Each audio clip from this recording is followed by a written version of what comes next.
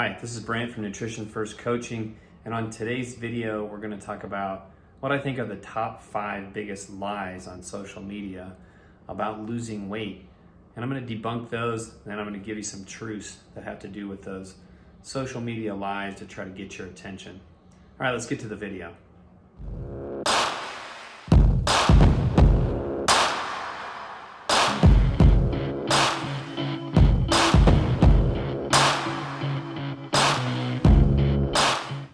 The top 5 lies I see on social media, and I'm really not even on social media that much, and it's way too hot to be filming videos in my garage right now because I would be sweating by the end of my 5-minute video. But anyway, back to our point, the top 5 lies on social media about losing weight. Number 1 is carbs make you fat. Carbs are bad for you, don't eat carbs, carbs are the enemy, carbs are evil. That's just not true. There's 3 macronutrients. Carbs are important. Yes, they're not technically necessary for life. We can metabolize carbs out of protein and we can basically live off fat, but we're not going to feel very good. We're probably going to be micronutrient deficient. So if you want to perform well, you want to feel good, you want to get all your micronutrients, carbohydrates are good. They're great. They're our body's preferred fuel source. So I don't think thousands of years of evolution have taught our bodies not to eat an entire macronutrient and that it's the devil and that's why we're fat and we can't lose weight. That's just BS. So yes, there's different approaches that can help with lower carbs. Eating the right carbs is ultimately what is going to lead you to losing weight and the right amount of calories. So it's not that carbs are bad, it's that processed shitty carbs that come out of a factory are bad. Number 2, eating at certain times of the day makes you fat. In the nutrition world, we call this nutrient timing. Now, this isn't true either. You could eat all your food at 9 o'clock at night every day if you wanted to. And if you're eating the right amount of calories for as many calories as you're burning, or you're eating less than as many calories as you're burning, you're gonna lose weight or you're gonna maintain weight. It doesn't matter when you eat them. Yeah, if you eat a bunch of food right before you go to bed, you're probably not going to feel that great. You're not going to digest well. You're probably not going to sleep well. But it's not critical to losing fat as to when you eat. It can help when you're in a diet phase, and it can help you with staying full. It can help stretching out your calories. It can help your body burn them a little bit more efficiently, eating them through the day and exercising, moving around, being active. But when you eat them after certain times or not eating in the morning, isn't that big a deal. It's like 5% of the puzzle, and the other 95% is calories, quality, quantity, boom. Number 3, not eating organic, gluten-free, dairy-free makes you fat. Not really. Again, it comes back to the quality of what you're eating.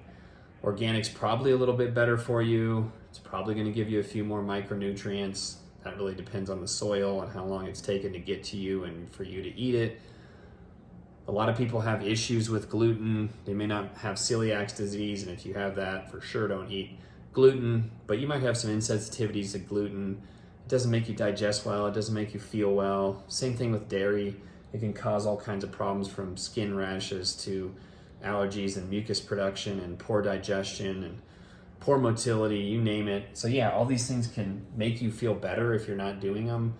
If you're gluten-free, dairy-free, you're eating organic, you're probably gonna feel better, but again, it's not necessary and critical to do those things to lose weight. Always strive for better quality with your food, but it's not necessary to lose weight. Number 4, vegan, paleo, keto. These are the best diets to lose fat.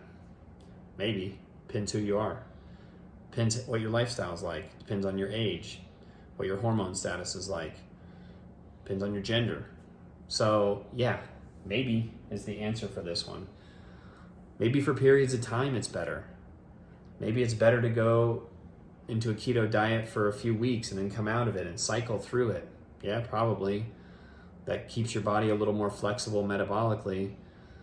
Being a vegan, I don't think it's that great for you long term. You need a lot of high quality protein, especially as you age and you're trying to maintain muscle. And you need that high quality protein and those amino acids for muscle protein synthesis. And if you're an active person, you need that to repair all your tissues and maintain muscle, and muscle is very expensive and healthy for your metabolism.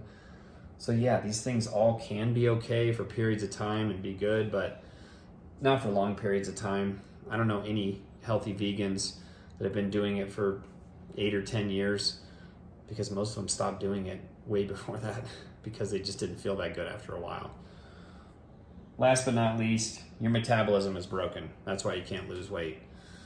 Well, it's not really possible. Yeah, there's all kinds of things that can happen hormonally and things we can do to ourselves with different environmental toxins, exposure to different things, lifestyle things in general, and that can all affect our hormone levels. It can affect our metabolism. It can affect, how we methylate things, how we digest things, how we process them, how we move them through the system.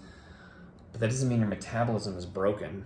If you've dieted really aggressively for a long time, you keep cutting calories linearly, you get to a point where your body's way too smart. It's gonna set things right. It's gonna slow everything down, and that means you're gonna move less, you're gonna feel worse, so you're gonna move less. You're not gonna think as clearly or do as much thinking. You're gonna do a lot less things physically and psychologically, and your body's gonna kind of turn off the systems that aren't super important just for survival, and that means you're not living healthy and optimally, you're not feeling good. This is where a coach comes into play. Here's my pitch for coaching is you need nutritional periodization. You need to learn how to go through a deficit, come out of it, be in maintenance, let your body and your system kind of get used to that, go into a deficit again, lose some weight, get into maintenance, how to build muscle, how to cycle through these things over months and even years to eventually reset your metabolic set point and find a new lower body fat set point that your body's comfortable with, and then just become comfortable with knowing what to eat, or you can call it intuitive eating, how much to eat and what to eat to feel good. This takes a while. This is a lot of learning, takes a lot of guidance from a coach. This to me is not a social media post, but what I'm telling you now, this is my pitch for coaching and having some guidance along the way. If you really want to get healthy, you got to commit to it as a lifestyle. You got to do it long term, and it'll pay off. It might take months or years, but it'll pay off. And the return on investment is long-term health, living a healthy life, living a long and healthy life, and feeling good the whole time you're alive. All right, thanks for listening. Like and subscribe to us. Maybe we'll do a few more of these in the house so I'm not sweating. Hope to see you next week. Bye.